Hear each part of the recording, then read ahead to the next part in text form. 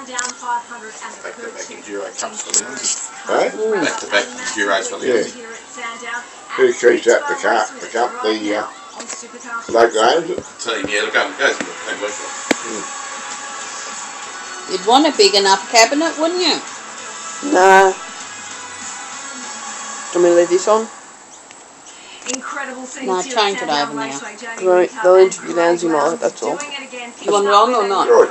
Here last year, Mark said, what a performance. It's never over until it's over. I mean, we've had such a roller coaster ride over 500 kilometres here, and we'll talk more about what happened to Shane Van Gisbergen in those dying laps. But That as was we sit here and disgusting, celebrate that, wasn't what has been an emphatic performance from Craig Lowndes and Jamie Whitcup, never really headed across the weekend. Starting from pole position, they really haven't put a foot wrong.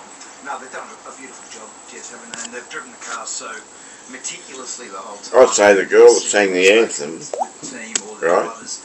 In fact, the record She was an angel girl. Would have been at a service this morning. how they've been able to Would have been a Remembrance Day. all of that for both cars through the course of the weekend.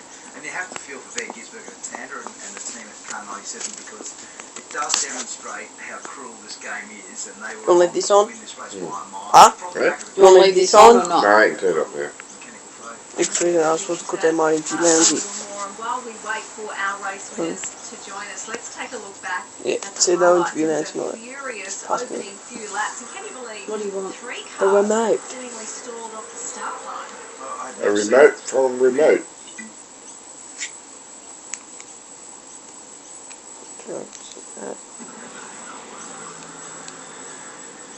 And you can see that water itself pretty much disappeared in a fire even just of this size, and there are a lot bigger fires around. The temperatures today have dropped off a little, but the winds remain gusty, and that's a danger. It's just a foretaste of what we're expecting in the next couple of days.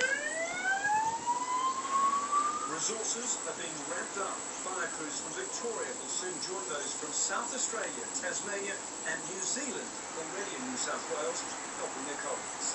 8 to 10 weeks of a solid firefight, their people are tired. Reinforcements from Canada and the US have also been put on standby.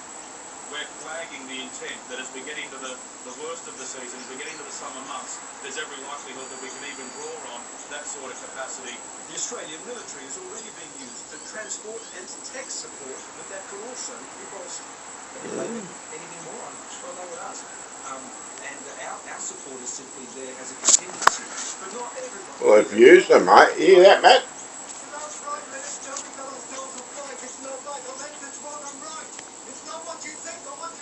Many locals are questioning whether better preparation, especially on climate change, could have reduced the scale of the disaster. I'm focused on the needs of the people in this room today, as is the Premier. Certainly there is a need, once we get through this period, to really have a look at what the science is telling us and what the experts are telling us. The Premier says that is not the conversation for today.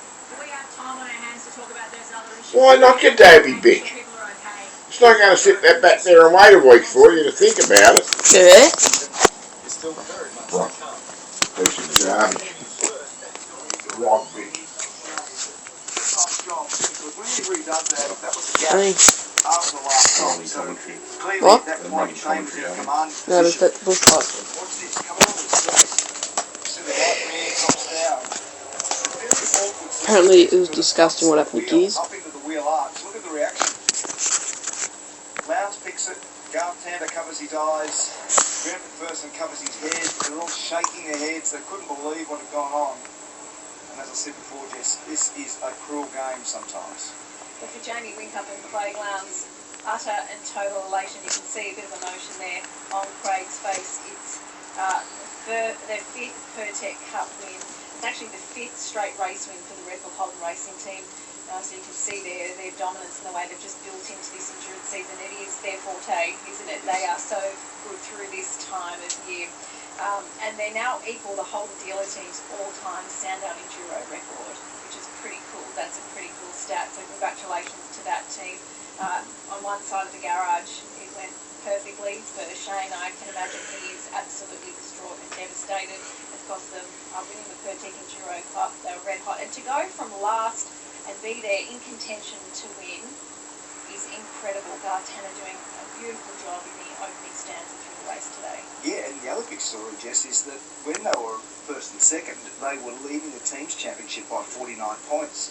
So they come into this event 116 points away from Shield V-Power, and then through the course of the race, when the two factory Holdens were at the front, they turned that around to be 49 points clear in the team's championship. So that maintains their end of grid, end of pit lane order, and that was it's a big statement and a really powerful thing for the whole of 2020. Now, it's back at 116 again, so that's really hurt them in terms of their performance over the weekend. And that's a story that will continue as we get into the season finale at Newcastle, and we'll speak more about that, no doubt. Elation also at Tickford Racing, 2 cars on the podium this afternoon. Complete redemption for Chaz Mostert and James Moffat, who obviously suffered utter heartbreak on the Gold Coast. A car written off, unable to participate on Sunday. The teams worked tirelessly to make sure that car was back in one piece and ready to go here this weekend, and they'll be absolutely thrilled with that result. But Lee Holdsworth hasn't been on the podium since Winton in 2014, and he was emotional, understandably, after the race too. Yeah, it was. I think, you think about the Mostert story and how Tickford have struggled, and we saw some controversial stuff, haven't we, obviously, with Cam Waters, Mostert contact with Bathurst, and the drama with his crash at the Gold Coast. So you think this has really been a terrible run. But when you're here at Sandown, at a place that Alan Moffat was so dominant, you've got a Trans Am Mustang colour scheme that was a tribute to Alan Moffat. You've got James Moffat in the car with you, and you end up second. And You've done a pretty good job. Alan Moffat's birthday, it doesn't get any better. And there's James, the young bloke, and this is fantastic. And I think little Max will be in full flight. He'll remember that. That's a great day when the kids can enjoy it with you. But when you put all that in perspective, they were looking for a result. You and I have spoken about it a lot through the year, that as a combination, Mostert and Moffat were always going to be strong. Just sort of found a way not to go well enough, and a crash at the Gold Coast was something you'd never foresee. So for them to get a result at the end of the Pertec Enduro Cup is great. Yeah, they've reached their potential today, that's for sure. Let's soak up the celebrations down at Tickford. We've got Crompo standing by for us. Yeah, just before I dive into the garage, it's interesting, Mark and I were talking during the call about the state of the cars at this racetrack, because there's so many people run wide here. Have a look at it, it looks like an old rally car. It's got dirt and garbage all over the front of it, and this is the Milwaukee entry that was driven today, and I think into 6th position by Will Davison, so I wonder in. Yeah, nice for these guys at Tickford to be able to at least get a couple of trophies today. Who have we got here? Young Michael, tell me about your day. It was a pretty tough one for you. Pretty frustrating. Yeah, it started really well. Made up some spots. Obviously, we had a bit of work to do ahead of us, but unfortunately, one of the Kostecki boys, left me a low room and put me in the fence, which was disappointing when you look at the results. Car, obviously, Cam's in the background here as well. It's been a tricky campaign, hasn't it, for guys that have got fast cars, but you live to fight another day. At least you got a quick one, eh? Yeah, it was a frustrating enduro campaign. We're on the podium pretty well every race. Cruz did an awesome job every event, and still baffled about today, but it is what it is. Rebuild yourselves and get to Newcastle. See in a couple of weeks. A good run for Michael. They are also celebrating a decent run at Walkinshaw and Andretti United. They're just about to run the car into the sprint clearing. I saw Warren Lump here before because he was partnered up with Scott Pine. Lucky, pretty good run for you again today, mate, before you bolted and getting home in the position. You happy with the drive? Yeah, it wasn't too bad considering we started, I think, P22. Sort of come that far through. We had a reasonably pacey car for most of the day. Just not quite where we needed it. It's a tough game, isn't it? But you've had extraordinary success at Bathurst, at the Gold Coast, and here, year in and year out, you're turning up in the co-driver role and you keep punching on. Well, you need to keep it employed, so you've got to keep getting the job done. But look,